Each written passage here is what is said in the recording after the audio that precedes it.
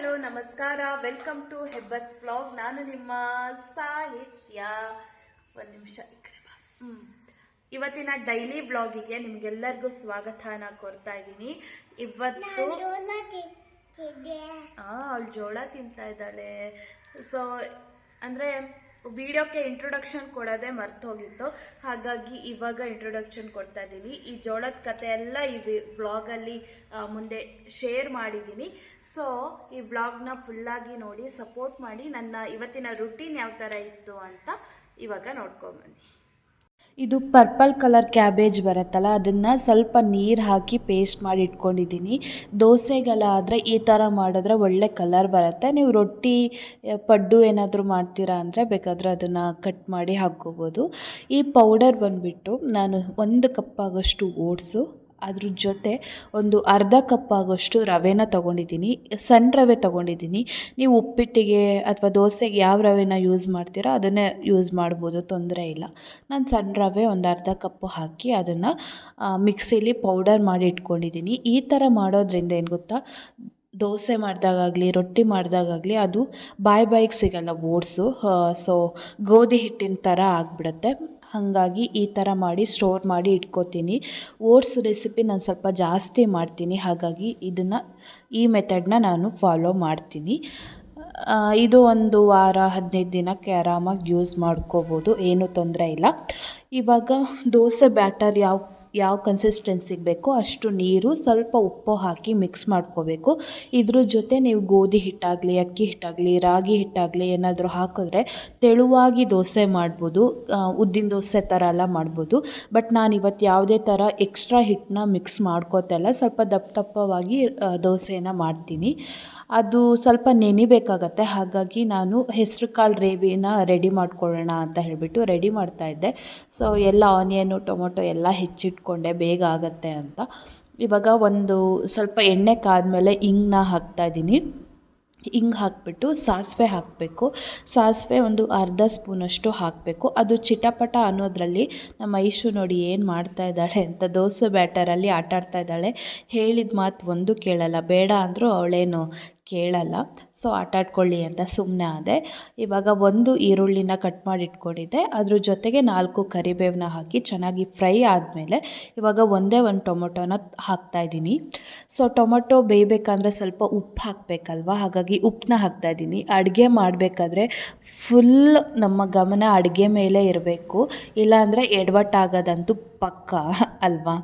So ಅದು ಸ್ವಲ್ಪ ಆದಮೇಲೆ ಅರಿಶಿನ ಪುಡಿ, ಖಾರದ ಪುಡಿ, ಧನಿಯಾ ಪುಡಿ ಅಷ್ಟೇ ಯೂಸ್ ಮಾಡ್ತಾ ಇರೋದು ಈ ಗ್ರೇವಿಗೆ. ಎಕ್ಸ್ಟ್ರಾ ಮಸಾಲ ಯಾವುದೂ ಬೇಡ. ಬೆಳಗ್ಗೆ ಜಾಸ್ತಿ ಮಸಾಲ ಹಾಕಿರೋ ಪದಾರ್ಥ ತಿನ್ನೋಕ್ಕೂ ಆಗಲ್ಲ. ಹಾಗಾಗಿ ಇವಾಗ ಕೊತ್ತಂಬರಿ ಸೊಪ್ಪನ್ನ ಸ್ವಲ್ಪ ಹಾಕ್ಕೋತಾ ಇದ್ದೀನಿ. ಇವಾಗಲೇ ಹೆಸರು ಕಾಳು ಬೇಯಿಸಿಟ್ಟಿದ್ದೆ ಉಪ್ಪು ಹಾಕಿ ಅದನ್ನು ಹಾಕ್ತಾಯಿದ್ದೀನಿ. ಆಮೇಲೆ ಅನಿಸ್ತು ಪಲ್ಯ ಥರನೇ ಮಾಡೋಣ, ಗ್ರೇವಿ ಏನು ಬೇಡ. ಇಬ್ಬರಿಗೆ ಏನು ಗೊತ್ತಾ, ಗ್ರೇವಿ ಮಾಡಿದರೆ ಇಡೀ ಸಂಜೆ ತನಕ ತಿನ್ನಬೇಕಾಗತ್ತೆ, ಪಲ್ಯ ಆದರೆ ಬೇಗ ಖಾಲಿ ಆಗುತ್ತೆ ಅಂತ. ಯಾರಿಗೆಲ್ಲ ಈ ಥರ ಅಭ್ಯಾಸ ಇದೆ ಅಡುಗೆ ಮಾಡಬೇಕಾದ್ರೆ ಪದೇ ಕೈ ತೊಳಿತಾ ಇರೋದು. ಇವಾಗ ಬೇರೆ ನೀರು ತುಂಬ ಕೋಲ್ಡ್ ಇರುತ್ತೆ, ಆದರೂ ಕೈ ತೊಳೆಯೋದು ಮಾತ್ರ ಬಿಡಲ್ಲ ನಾನು. ಅದು ಮಸಾಲ ಜೊತೆ ಚೆನ್ನಾಗಿ ಕಾಳು ಬೆರಿಬೇಕಲ್ಲ, ಹಾಗಾಗಿ ಒಂದು 5 ನಿಮಿಷ ಅದನ್ನು ಮಿಕ್ಸ್ ಮಾಡ್ತಾ ಇರಬೇಕು. ಜೊತೆಗೆ ಕಬ್ಬನ ಕಾವಲಿ ಅದು ಕಾಯಕ್ಕೆ ಸ್ವಲ್ಪ ಟೈಮ್ ಹಿಡಿಯುತ್ತೆ, ಹಾಗಾಗಿ ಕಾಯಕ್ಕೆ ಅಂತ ಇಟ್ಟಿದ್ದೆ. ಇವಾಗ ಕಾದ ಮೇಲೆ ನಾನು ಪರ್ಪಲ್ ಕಲರ್ ದೋಸೆನ ಮಾಡ್ತಾಯಿದ್ದೀನಿ. ಸೊ ಗೋಧಿ ಹಿಟ್ಟು ರಾಗಿ ಹಿಟ್ಟು ಎಲ್ಲ ಹಾಕಿದ್ರೆ ಏನು ಗೊತ್ತಾ, ಓಟ್ಸಿಂದು ರಾ ಸ್ಮೆಲ್ ಬರೋಲ್ಲ. ಇದೇ ಥರ ಮಾಡಿದ್ರೆ ಸ್ವಲ್ಪ ಓಟ್ಸಿಂದು ರಾ ಸ್ಮೆಲ್ ಬರುತ್ತೆ. ನಿಮ್ಗೆ ಅದು ಇಷ್ಟ ಆಗೋಲ್ಲ ಅಂದರೆ ಗೋಧಿ ಹಿಟ್ಟನ್ನ ಯೂಸ್ ಮಾಡಿ. ಓಟ್ಸಿಂದ ದೋಸೆ ಮಾಡಿದ್ದೀರಾ ಅಂತಲೇ ಗೊತ್ತಾಗಲ್ಲ, ಅಷ್ಟು ಚೆನ್ನಾಗಿ ಬರುತ್ತೆ. ನಾನು ಯಾವಾಗಲೂ ಅದೇ ಥರ ಮಾಡೋದು. ಇವತ್ತು ಈ ಥರ ಮಾಡ್ತಾಯಿದ್ದೀನಿ. ಇದು ಕೂಡ ಚೆನ್ನಾಗಾಗತ್ತೆ. ಅದು ಬೇಯೋ ತನಕ ತಾಳ್ಮೆಯಿಂದ ಇರಬೇಕು. ನಂಗೆ ಯಾವಾಗಲೂ ದೋಸೆ ಮಾಡಬೇಕಾದ್ರೆ ತಾಳ್ಮೆ ಕಡಿಮೆನೇ, ಹಾಗಾಗಿ ಅದು ದೋಸೆ ಕಿತ್ತು ಹೋಗದೆ ನಾನು ದೋಸೆ ಕಂಪ್ಲೀಟೇ ಮಾಡಲ್ಲ. ಅದು ಚೆನ್ನಾಗಿ ಬೇಯಿಸಿದ ಮೇಲೆ ನೋಡಿ ಎಷ್ಟು ಚೆನ್ನಾಗಿ ಕಾಣುತ್ತೆ. ಸೂಪರ್ ಕಾಂಬಿನೇಷನ್ ಇದು. ನೀವು ಈ ರೆಸಿಪಿನ ಟ್ರೈ ಮಾಡಿ. ಏನೈಶ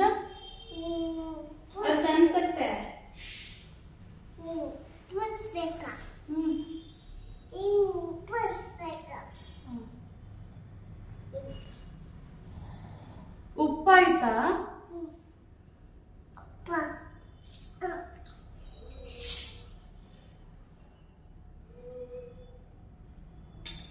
ನಾನು ಇವಳಿಗೆ ತಿನ್ನಿಸೋದಾದರೆ ಇವಳು ನನಗೆ ತಿನ್ನಿಸ್ತಾ ಇದ್ದಾಳೆ.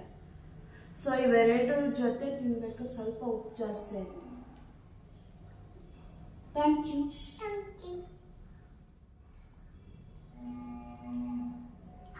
ಅಂಬ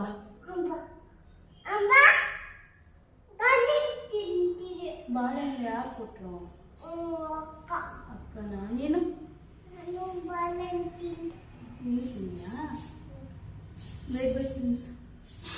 ಇದು ಸಿಕ್ಕಾಪಟ್ಟೆ ಬ್ಯೂಟಿಫುಲ್ ಮೂಮೆಂಟ್.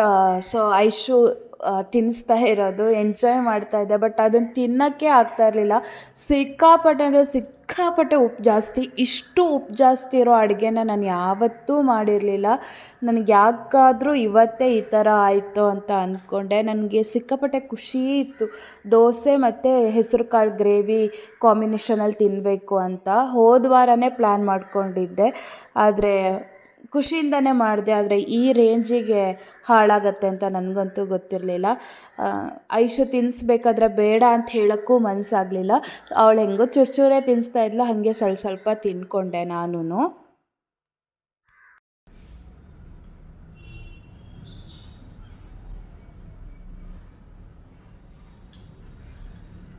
ಉಪ್ಪಾಗಿದೆ,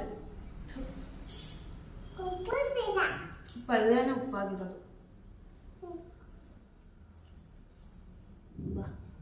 ಅದನ್ನು ಗ್ರೇವಿ ಮಾಡೋಣ ಅಂತ ಹೇಳಿಬಿಟ್ಟು ಸ್ವಲ್ಪ ನೀರನ್ನ ಹಾಕಿ, ಒಂದು ಕುದಿ ಕೂಗಿದ್ರೆ ಉಪ್ಪು ಕಡಿಮೆ ಆಗ್ಬೋದು ಅಂತ ಹೇಳಿಬಿಟ್ಟು ನೀರನ್ನ ಹಾಕಿ ಸ್ವಲ್ಪ ಒಂದು ಕುದಿ ಬರಲಿ ಅಂತ ಬಿಡ್ತಾ ಇದ್ದೀನಿ. ಇದು ಪ್ಲ್ಯಾನ್ ಎ.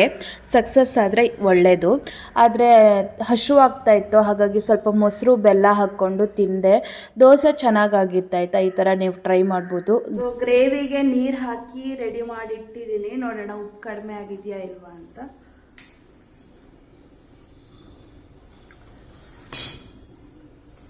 ಒಂದು ಚೂರು ಕಡಿಮೆ ಆಗಲಿಲ್ಲ. ಮೋಸ್ಟ್ಲಿ ಕಾಳಿಗೆ ಉಪ್ಪು ಜಾಸ್ತಿ ಆಗಿದೆ ಅಂತ ಅನ್ಕೋತೀನಿ. ಇಷ್ಟು ಗ್ರೇವಿ ಇದೆ ನೋಡಿ. ಇದು ನಂದು one of the favourite gravy. ಇದೇ ಇವತ್ತೇ ಹಾಳಾಗಬೇಕಾ? ನಾನು ಇಷ್ಟು ಆಸೆ ಪಟ್ಟು ಮಾಡಿದ್ದೆ, ಬಟ್ ಸಿಕ್ಕಾಪಟ್ಟೆ ಹಾಳಾಗಿದೆ. ನನ್ನ ಹತ್ರ ಇನ್ನೊಂದು ಪ್ಲ್ಯಾನ್ ಇದೆ, ನೋಡೋಣ. ಅದನ್ನು ಟ್ರೈ ಮಾಡ್ತೀನಿ. ಅದರಲ್ಲೂ ಚೆನ್ನಾಗಾಗದೆ ಇದ್ದರೆ ಏನೂ ಮಾಡೋಕ್ಕಾಗಲ್ಲ, ಮೊಸರು ಹಾಕೊಂಡು ತಿನ್ನಬೇಕಷ್ಟೆ. ಅದು ಏನು ಮಾಡ್ತೀನಿ ಅಂತ ಇನ್ನೊಂದು 10 ಮಿನಿಟ್ಸಲ್ಲಿ ನಿಮ್ಮ ಜೊತೆ ಶೇರ್ ಮಾಡ್ತೀನಿ, ಓಕೆನಾ? ಏನಿದು? ಜ್ಯೂಸು.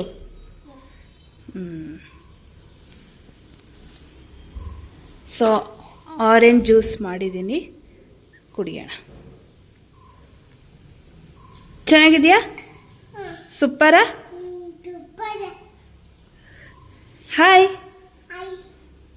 ನಾನು ಏನು ಪ್ಲ್ಯಾನ್ ಮಾಡಿದೆ ಅಂತ ಅಂದರೆ, ಸೊ ಆಲೂಗೆಡ್ಡೆ, ಕ್ಯಾರೆಟು, ಮೂಲಂಗಿ, ನವಿಲುಕೋಸು, ಬೀನ್ಸು ಇದಿಷ್ಟನ್ನೂ ಬೇಯಿಸ್ಕೊಂಡೆ. ಜೊತೆಗೆ ಕಾಯಿ ಮತ್ತು ಹುಣಸೆ ಹುಳಿ, ಸ್ವಲ್ಪ ಸಾಂಬಾರು ಪೌಡರ್ನ ಹಾಕಿ ಇವಾಗ ಅದ್ರ ಜೊತೆ ಮಿಕ್ಸ್ ಮಾಡಿ ಕುದಿಯೋಕ್ಕೆ ಬಿಡ್ತೀನಿ. ಮಧ್ಯಾಹ್ನಕ್ಕೆ ಹೇಗೂ ಸಾಂಬಾರು ಬೇಕಲ್ವ, ಹಾಗಾಗಿ ಈ ಥರ ಮಾಡಿದೆ.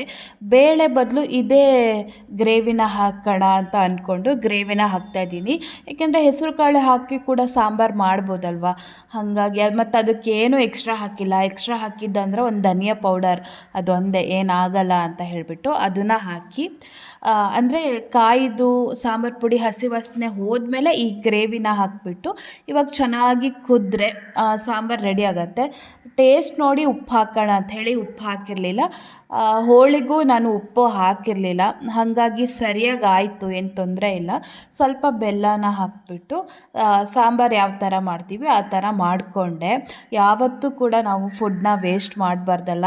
ಒಂದು ಸತಿ ಹಾಳಾಯಿತು ಅಂತ ಎಸೆಯೋಕ್ಕಿಂತ ಒಂದು ಸ್ವಲ್ಪ ತಲೆ ಓಡಿಸಿ ಅದನ್ನು ನೆಕ್ಸ್ಟ್ ಯಾವ ಥರ ರೆಡಿ ಮಾಡೋದು, ಸರಿ ಮಾಡೋದಂತ ಯೋಚನೆ ಮಾಡಿ ಮತ್ತೆ ಮುಂದಿನ ಅಡುಗೆಗೆ ಯೂಸ್ ಮಾಡ್ಕೋಬೋದು. ಇವಾಗ ನೋಡಿ ಗ್ರೇವಿನೂ ಹಾಳಾಗಲಿಲ್ಲ, ಮನಸ್ಸಿಗೂ ಬೇಜಾರಾಗಲಿಲ್ಲ. ಇವಾಗ ಮಧ್ಯಾಹ್ನದ ಊಟಕ್ಕೆ ಒಳ್ಳೆ ಸಾಂಬಾರು ಆಯಿತು. ನಾನೇನಾದರೂ ಅಡುಗೆ ಹಾಳಾದರೆ ಮಾಡಿದ್ರೆ ಸ್ವಲ್ಪ ಇದೇ ಥರ ಸರಿ ಮಾಡೋಕ್ಕೆ ಟ್ರೈ ಮಾಡ್ತೀನಿ. ಯಾಕೆಂದರೆ ಪ್ರತಿನಿತ್ಯ ಪರ್ಫೆಕ್ಟಾಗಿ ಅಡುಗೆ ಮಾಡ್ತೀವಿ ಅನ್ನೋದು ಸುಳ್ಳು, ಹೆಚ್ಚು ಕಡಿಮೆ ಆಗೇ ಆಗಿರುತ್ತೆ. ಸೊ ಹಾಗಾಗಿ ಅದನ್ನು ಯಾವ ಥರ ಸರಿ ಮಾಡೋದು ಅಂತಲೂ ನಾವು ಕಲ್ತಿರ್ಬೇಕಾಗತ್ತೆ. ಇಲ್ಲಾಂದರೆ ನೋಡಿ ಇವಾಗ ವೇಸ್ಟ್ ಮಾಡ್ತಿದ್ದೆ, ಅದಕ್ಕಿಂತ ಈ ಥರ ಯೂಸ್ ಮಾಡಿ ಇವಾಗ ಬೊಂಬಟ್ಟು ಸಾಂಬಾರಾಯಿತು, ಮಧ್ಯಾಹ್ನ ಒಳ್ಳೆ ಊಟ ಕೂಡ ಆಯಿತು. ಸೊ ಈ ರೆಸಿಪಿನ ನೀವು ಟ್ರೈ ಮಾಡ್ಬೋದು. ಇವಾಗ ಜಸ್ಟ್ ಊಟ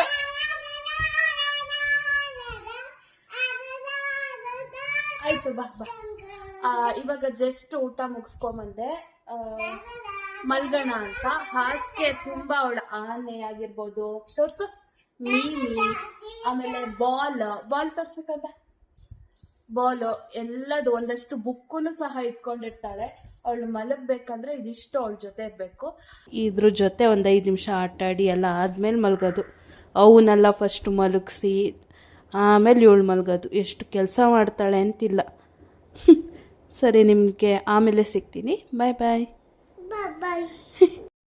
ಸೊ 4:15 ಆಯಿತು. ನಮ್ಮ ಇಶು ಎದ್ದು ಒಂದು 10 ಮಿನಿಟ್ಸ್ ಆಯಿತು. 4 o'clock ಹಂಗಿದ್ಲು ಅಲ್ಲ, 3:30 ಎದ್ದಿತ್ತಲ್ಲ, ಒಂದು ಅರ್ಧ ಗಂಟೆ ಮೇಲಾಯಿತು. ಸೊ ಜೋಳ ಬೇಯಿಸ್ಕೊಟ್ಟಿದ್ದೀನಿ. ಸ್ವಲ್ಪ ಉಪ್ಪು ಹಾಕಿ ಜೋಳ ಬೇಯಿಸ್ಕೊಟ್ರೆ ಆರಾಮಾಗಿ ತಿಂತಾಳೆ. ಒಂದು ಲೋಟ ಹಾಲು. ಸೊ ನಾನು ಕೂಡ ಜೋಳನೇ ತಿಂತೀನಿ. ನನಗೂ ಬೇಯಿಸಿಟ್ಕೊಂಡು ಸೇಮ್ ಉಪ್ಪು ಹಾಕಿ ಬೇಯಿಸಿಟ್ಕೊಂಡಿದ್ದೀನಿ. ಜೊತೆ ಕಾಫಿನೋ ಇಲ್ಲ ಹಾಲು ಅವಳ ಜೊತೆ ಕೂತ್ಕೊಂಡು ಸ್ನ್ಯಾಕ್ಸ್ ಟೈಮ್ನ ಎಂಜಾಯ್ ಮಾಡ್ತೀವಿ. ಸೊ ಇವತ್ತಿನ ವ್ಲಾಗ್ ಕೂಡ ನಾನು ಇಲ್ಲಿಗೆ ಮುಗಿಸೋಣ ಅಂತ ಅಂದ್ಕೊಂಡಿದ್ದೀನಿ. ಎಲ್ಲರೂ ಸರಿಯಾಗಿರೋ ಅಡುಗೆ ತೋರಿಸಿದ್ರೆ ನಾನು ಯಾವಾಗಲೂ ಫ್ಲಾಪ್ ಆಗಿರೋ ಅಡುಗೆ ತೋರಿಸಿ ಅದನ್ನು ಯಾವ ಥರ ಸರಿ ಮಾಡೋದು ಅನ್ನೋದೇ ಆಗತ್ತೆ. ಯಾವಾಗ ವ್ಲಾಗ್ ಮಾಡಿದ್ರು, ವಿಡಿಯೋ ಮಾಡಿದ್ರು, ಸೊ ಅಡುಗೆಯಲ್ಲಿ ಸ್ವಲ್ಪ ಎಡವಟ್ಟುಗಳು ಆಗೇ ಆಗತ್ತೆ. ಯಾಕೆ ಕ್ಯಾಮ್ರಾ ಇರುತ್ತಲ್ಲ ಅದಕ್ಕೋ ಅಥವಾ ವಿಡಿಯೋ ಮಾಡ್ತಾ ಇದ್ದೀನಿ ಅಂತ ಒಂದು ಕಾನ್ಷಿಯಸ್ ಸಿಗೋ ಗೊತ್ತಿಲ್ಲ, ಈ ಥರ ಆಗತ್ತೆ ನನಗೆ. ಸೊ ಈ ವಿಡಿಯೋ ಎಂಜಾಯ್ ಮಾಡಿದ್ದೀರಾ? ಇಷ್ಟ ಆಯಿತಾ? ಸೊ ಇಷ್ಟ ಆಗಿದ್ರೆ ಪ್ಲೀಸ್ ಲೈಕ್, ಶೇರ್, ಕಮೆಂಟ್ ಹಾಗೆ ಸಬ್ಸ್ಕ್ರೈಬ್ ಮಾಡಿಕೊಂಡು ನನ್ನ ಚಾನಲ್ಗೆ ಸಪೋರ್ಟ್ ಮಾಡಿ ಅಂತ ಕೇಳ್ತಾ ನಾನು ಮುಂದಿನ ವ್ಲಾಗಲ್ಲಿ ಸಿಗ್ತೀನಿ. ಅಲ್ಲಿ ತನಕ ಎಲ್ಲರಿಗೂ ಬಾಯ್ ಬಾಯ್, ನಮಸ್ಕಾರ, ಟೇಕ್ ಕೇರ್.